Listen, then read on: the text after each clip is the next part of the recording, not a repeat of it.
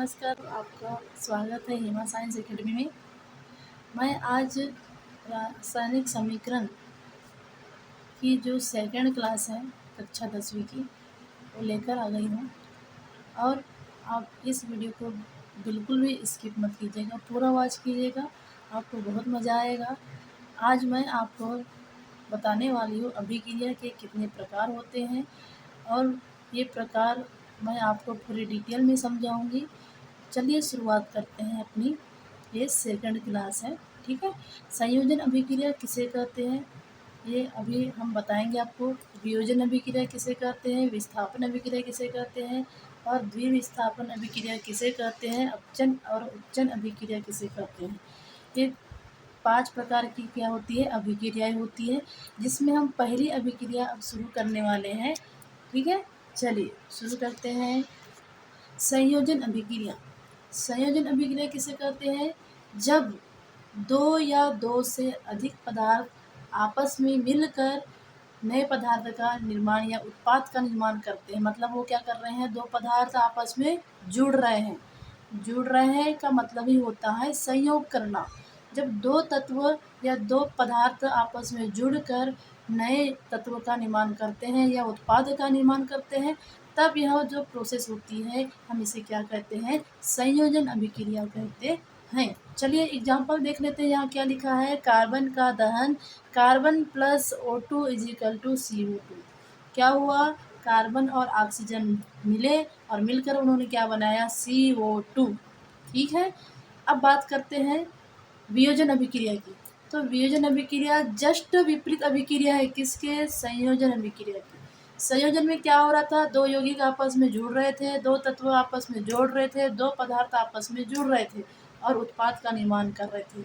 अब इसमें क्या होगा, बनाया बनाया जो उत्पाद है, बना बनाया जो उत्पाद है वो टूट कर क्या होएगा, अभिकारक में चेंज होगा। वो भी दो अभिकारक में क्या होगा, चेंज हो जाएगा। एक अभिकारक ही समझो या एक अभिकारक समझो, उत्पाद जब बनाएगा तो टूटकर अलग अलग हो जाएगा, ठीक है। इसमें क्या होगा, वियोजन अभिक्रिया में एक यौगिक होगा या उसका नाम बोलते हैं हम अभिकारक। एक अभिकारक क्या करेगा, टूटकर दो उत्पाद में परिवर्तित हो जाएगा, ठीक है। एग्जाम्पल देख लेते हैं। यहाँ क्या हो रहा है, देखो एग्जाम्पल में CaCO3 is equal to CaO plus CO2 हो रहा है ना, देख लीजिए। चलिए तो समझ में आ गया। संयोजन अभिक्रिया के जस्ट विपरीत अभिक्रिया की बात करेंगे तो वो कौन सी अभिक्रिया होगी, वियोजन अभिक्रिया होगी, जिसमें अभिकारक टूटकर दो उत्पाद का निर्माण करता है। एक अभिकारक टूटकर दो उत्पाद का निर्माण करता है, वियोजन अभिक्रिया कहलाती है। एग्जाम्पल देख लिया। अब वियोजन अभिक्रिया कितने प्रकार से होती है उसको देख लेते हैं। उष्मीय अभिक्रिया और विद्युत वियोजन, प्रकाशीय वियोजन, ठीक है। उष्मीय अभिक्रिया या उष्मीय वियोजन देख लेते हैं, वियोजन के प्रकार है, ठीक है। उष्मीय अभिक्रिया या उष्मीय वियोजन क्या होगा, ऐसा वियोजन जो उष्मा की उपस्थिति में होगा, उष्मीय अभिक्रिया होगा या उष्मीय वियोजन। ऐसा वियोजन जो विद्युत धारा की उपस्थिति में होगा, विद्युत वियोजन। और ऐसा वियोजन जो सूर्य के प्रकाश की उपस्थिति में होगा, उसे हम क्या कहेंगे, प्रकाशीय वियोजन। चलिए एग्जाम्पल से समझ लेते हैं। देखो क्या लिखा है, उष्मीय अभिक्रिया अभिकारक का उष्मा या गर्मी के द्वारा वियोजन होना, ठीक है। किया गया वियोजन किसके द्वारा, अभिकारक का उष्मा के द्वारा गर्मी के द्वारा किया गया वियोजन उष्मीय वियोजन कहलाता है। एग्जाम्पल में CaCO3 जो है CO और CO2 के रूप में चेंज होता है। चलिए तो ये किसके रूप में होता है, उष्मा के रूप में या उष्मा की उपस्थिति में होता है। चलिए अब अगला वियोजन की बात कर लेते हैं, विद्युत वियोजन। तो विद्युत वियोजन क्या होता है, हमने अभी पहले बताया था, विद्युत धारा की उपस्थिति में, विद्युत धारा की उपस्थिति में क्या होता है, वियोजन होता है। तो इस प्रकार का जो वियोजन होता है उसे हम क्या कहते हैं, विद्युत वियोजन कहते हैं। देख लीजिए एग्जाम्पल, H2O जो होता है वो किस में परिवर्तित हो रहा है, 2H2 प्लस O2, ठीक है। चलिए अब बात करते हैं तीसरा वियोजन, प्रकाशीय वियोजन। सूर्य के प्रकाश की उपस्थिति में जब कोई अभिकारक क्या होता है, वियोजित होता है और उत्पाद का निर्माण करता है, तो उसे हम क्या कहते हैं, प्रकाशीय वियोजन कहते हैं। और एग्जाम्पल में देख लीजिए, AgCl जो है सूर्य प्रकाश की उपस्थिति में 2Ag + Cl बना रहा है, ठीक है। सॉरी, Cl2 है, यहाँ पे 2 लिखा है, ठीक है।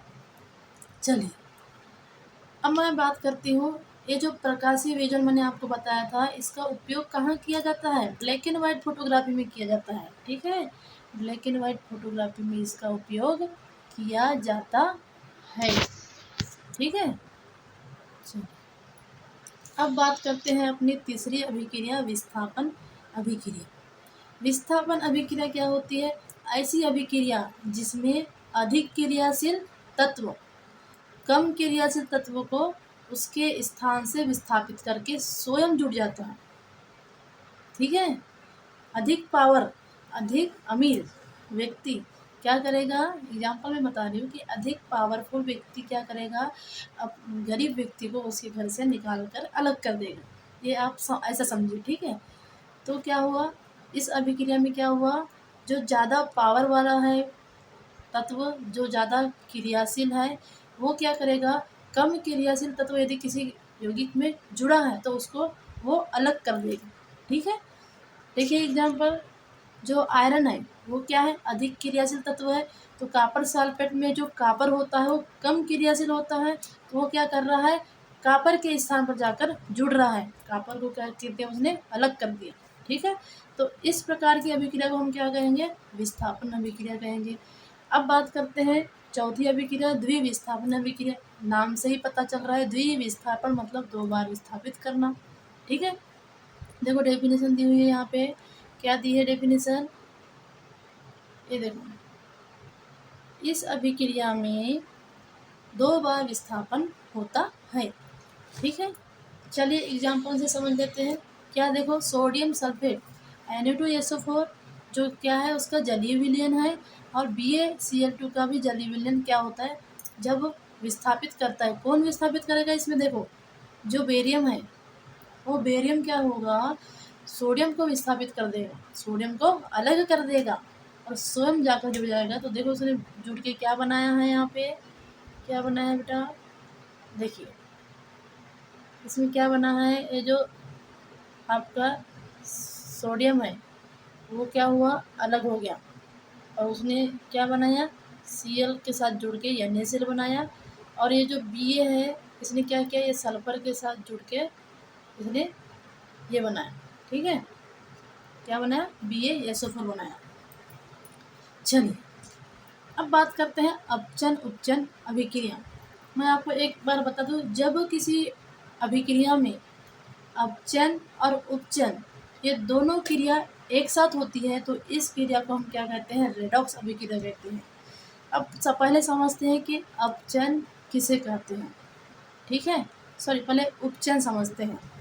उपचन अभिक्रिया, जब किसी यौगिक का उपचन होता है तो उसमें ऑक्सीजन या ऑक्सीजन या ऋण विद्युतीय तत्व, मतलब ऑक्सीजन क्या होता है? एक ऋणावेशित परमाणु होता है, ठीक है। इसलिए हमने कहा ऑक्सीजन या उसकी जगह कोई भी यदि ऋणावेशित तत्व है तो उसकी क्या होना? वृद्धि होना। और हाइड्रोजन या धन विद्युतीय तत्व का क्या होना? हानि होना, ह्रास होना, ठीक है। समझ में आया? ऑक्सीजन या ऋण विद्युतीय तत्व, ऑक्सीजन की क्या होती है? संयोजकता ऋणावेशित होती है, ठीक है। तो उस प्रकार से जितने भी ऋणावेशित तत्व है वो सारे तत्व आ जाएंगे, उनकी क्या होना? वृद्धि होना। और हाइड्रोजन या धन विद्युतीय तत्व जैसे सोडियम है, पोटेशियम, या धन विद्युतीय तत्व है, हाइड्रोजन है, ठीक है। तो इस प्रकार के जो तत्व है उनकी क्या होना? हानि होना। जब कोई अभिक्रिया हो रही होगी तो उसमें देखना कि ऑक्सीजन या ऋण विद्युतीय तत्व की वृद्धि हो रही है या हाइड्रोजन या धन विद्युतीय तत्व की हानि हो रही है, तो तब वो जो अभिक्रिया होगी वो कौन सी अभिक्रिया होगी? अपचन अभिक्रिया होगी। और ऐसी अभिक्रिया, ये जस्ट अपोजिट, जिसमें हाइड्रोजन या धन विद्युतीय तत्व की क्या होना? वृद्धि होना, और ऑक्सीजन या ऋण विद्युतीय तत्व की क्या होना? कमी होना। तो इस प्रकार की जो अभिक्रियाएं होगी उनको हम क्या कहेंगे, अपचन अभिक्रिया कहेंगे। एग्जाम्पल देख लीजिए, देखिए यहाँ पे कार्बन और O2 इजिकल टू CO2 बना रहे हैं। तो इसमें क्या हो रहा है, जो कार्बन है ऑक्सीजन के साथ जुड़ के क्या बना रहा है, CO2 बना रहा है। तो ये देखो यहाँ पे ये आपस में जुड़ गए और ऑक्सीजन क्या हुआ, जुड़ना ही मतलब योग होता है, वृद्धि होना होता है, ठीक है।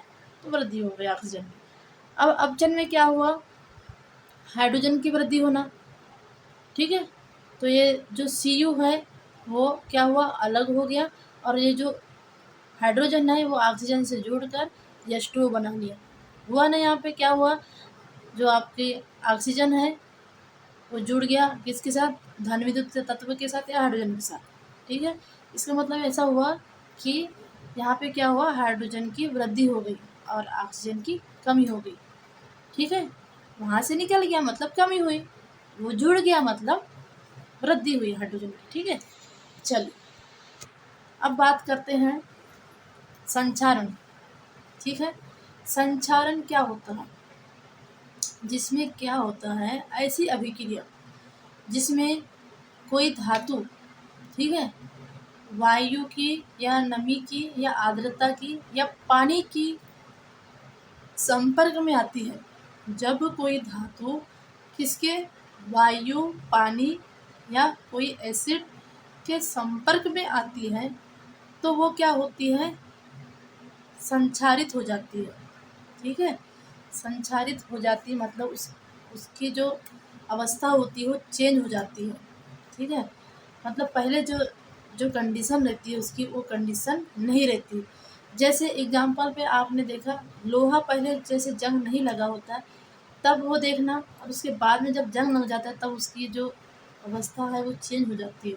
तो जंग किसकी उपस्थिति में लगा, आर्द्रता की उपस्थिति में, वायु की उपस्थिति में, है ना। खुले में यदि आप लोहे को छोड़ दोगे, ठीक है, तो क्या होगा, यदि पानी के संपर्क में आ गया तो जंग तो लगेगी।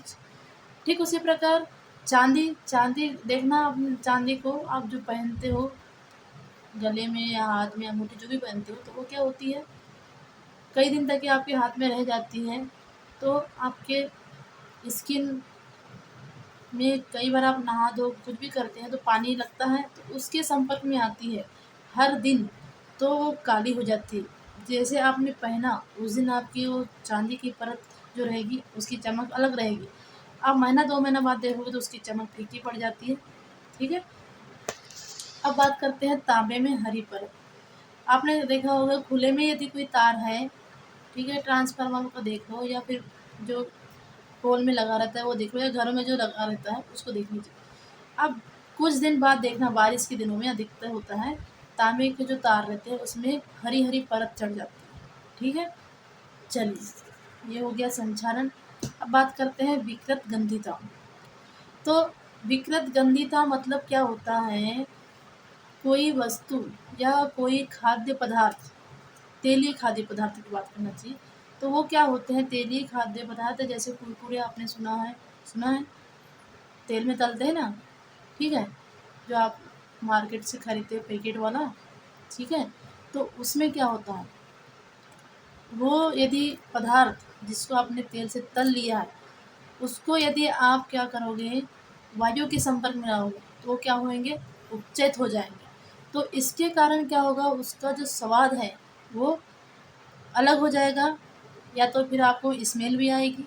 तो इस प्रकार के जो खाद्य पदार्थ होते हैं जिनको हम तेल में तलकर पॉकेट में रखते हैं, कुरकुरा समझ लीजिए, तो यदि वो कुरकुरा संपर्क में आ गया किसके, वायु के, तो उसका स्वाद चेंज हो जाता है। कुछ दिन बाद देखना आप, स्वाद चेंज हो जाता है। तो उसके स्वाद चेंज ना हो और वो वायु के संपर्क में ना, इसके लिए क्या किया जाता है पता है आपको, इसके लिए वो जो कुरकुरे का जो पैकेट रहता है उसमें नाइट्रोजन गैस भरी जाती है, ठीक है। तो वो नाइट्रोजन गैस जब तक उस पैकेट में रहेगी तब तक वो खाद्य पदार्थ खराब नहीं होगा। आप कभी भी मार्केट से यदि कुरकुरा, पास्ता जो भी लेते हो तो आप ज़रूर चेक कीजिएगा कि उसमें गैस भरी है क्या नहीं। यदि नहीं भरी है तो उस पैकेट को बिल्कुल मत खाइएगा और अपने किसी भी साथी को खाने मत दीजिएगा, ठीक है। नहीं तो आपको डाइजेशन से संबंधित प्रॉब्लम होगी, ठीक है। चलिए ये हो गई विकृत गंधिता, मतलब इसमें तेलीय या वसीय पदार्थ ठीक है। या खाद्य पदार्थ जब वायु के संपर्क में आ जाते हैं तो उनका स्वाद चेंज हो जाता है, उसमें उससे गंध आने लगती है। तो इस प्रकार की जो प्रोसेस होती है इसे हम विकृत गंधिका कहते हैं, ठीक है। अब ऊष्माक्षेपी अभिक्रिया बात करते हैं। किसकी बात करेंगे? ऊष्माक्षेपी अभिक्रिया। तो ऐसी अभिक्रिया जिनमें उत्पाद का जब निर्माण होता है तो ऊष्मा का क्या होता है? उत्सर्जन होता है, ठीक है। ऊष्मा मतलब निकलती है, ऊष्माक्षेपी में ऊष्मा निकलती है, ठीक है। और ऊष्माशोषी में ऊष्मा नहीं निकलती, ऊष्मा का शोषण होता है, ठीक है। जैसे एग्जांपल में देखो, मीथेन ऑक्सीजन से संपर्क करके क्या करता है? ये जुड़कर CO2 प्लस H2O बनाता है, ऊष्मा निकल रही है। देखिए यहाँ पे ऊष्मा निकल रही है, ये देखिए निकल रही है ना, ये, ठीक है। तो ऐसी अभिक्रिया जिसमें उत्पाद के निर्माण के समय ऊष्मा का उत्सर्जन होना या ऊष्मा का निकलना या ऊष्मा का प्राप्त होना, ठीक है। और ऐसी अभिक्रिया जिसमें ऊष्मा नहीं निकलती, जब भी अभिकारक टूटता है और उत्पाद का निर्माण करता है तो ऊष्मा उसमें खर्च होती है, उसका शोषण होता है। तो ऐसी अभिक्रिया को हम क्या कहेंगे? ऊष्मा शोषी अभिक्रिया। एग्जाम्पल में हमने जो आपको वियोजन की अभिक्रिया दी है, ठीक है, ये वाली CaCO3 अभी हमने अपनी इधर एग्जाम्पल में पढ़ा, ठीक है। तो ये जो अभिक्रिया हुई यहाँ पर, कौन सी अभिक्रिया हुई? ऊष्मा शोषी अभिक्रिया। आपको कभी भी क्वेश्चन पूछ सकता है ऊष्माक्षेपी अभिक्रिया किसे कहते हैं, ऐसे उदाहरण से समझाइए। तो एक लाइन में आपकी परिभाषा हो गई क्या? ऊष्माक्षेपी अभिक्रिया वह अभिक्रिया जिसमें अभिकारक जो होता है उत्पाद के निर्माण के समय क्या करता है? ऊष्मा का उत्सर्जन करता है। और इसका एग्जाम्पल तो ये हो गया। या फिर दूसरा आप कोई सा भी याद कर लीजिए जिसमें ऊष्मा उत्सर्जन होती होगी, ठीक है। और ऐसी अभिक्रिया जिसमें ऊष्मा का शोषण होता है, ऊष्मा नहीं निकलती, ऊष्मा खर्च होती है, ठीक है। तो ऐसी अभिक्रिया को हम क्या कहेंगे? ऊष्मा शोषी अभिक्रिया कहेंगे। आई होप आपको यह क्लास बहुत पसंद आई हो, ठीक है। यदि पसंद आई है तो लाइक और सब्सक्राइब जरूर कीजिएगा। हम अपनी ये जो क्लास है यहीं पर एंड करते हैं। Thank you.